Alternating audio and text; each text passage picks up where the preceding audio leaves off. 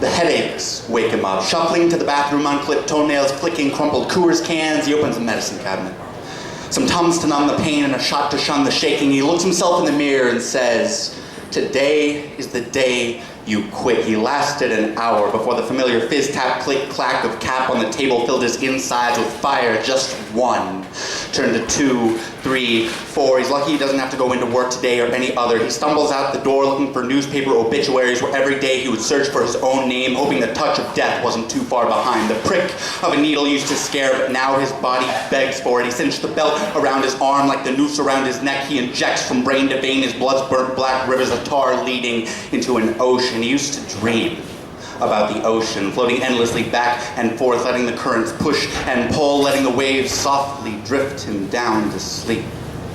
Until the headaches wake him up. It's surprising how little you remember about swimming when you're drowning in a bottle of vodka. The swishing in his stomach and knives in his brain tell him that he needs more. He always needs more, but when it's all gone, if a bottle of bleach isn't enough to kill him, maybe it's enough to make him forget. Strung out on the couch that still smells like yesterday. The floorboards still creak like the bottoms of boats. The house has heard his story before. The days are as long as the nights are short, sitting forgotten like abandoned buildings, just waiting to be demolished by someone who never gave a fuck about him. He lies lifeless on the couch, the beach whale, wanting nothing more than to be remembered, wanting to fall asleep and dream about the ocean. He never dreams about the ocean anymore. He never dreams about anything anymore, but perpetually pulling of his mind into putty makes nights a living hell. He sat strung out on the couch until he burped up the vile blood and bottle of bleach that brewed in his belly like a chemist's cure for cancer onto the carpet that burned through the fibers and bled through the floorboards. Collapsing, gasping, choking on his own stomach, he fell face first into newspaper obituaries where every day he would search for his own name. Arms too weak to hold his weight, trying hard not to swallow his own tongue. He lies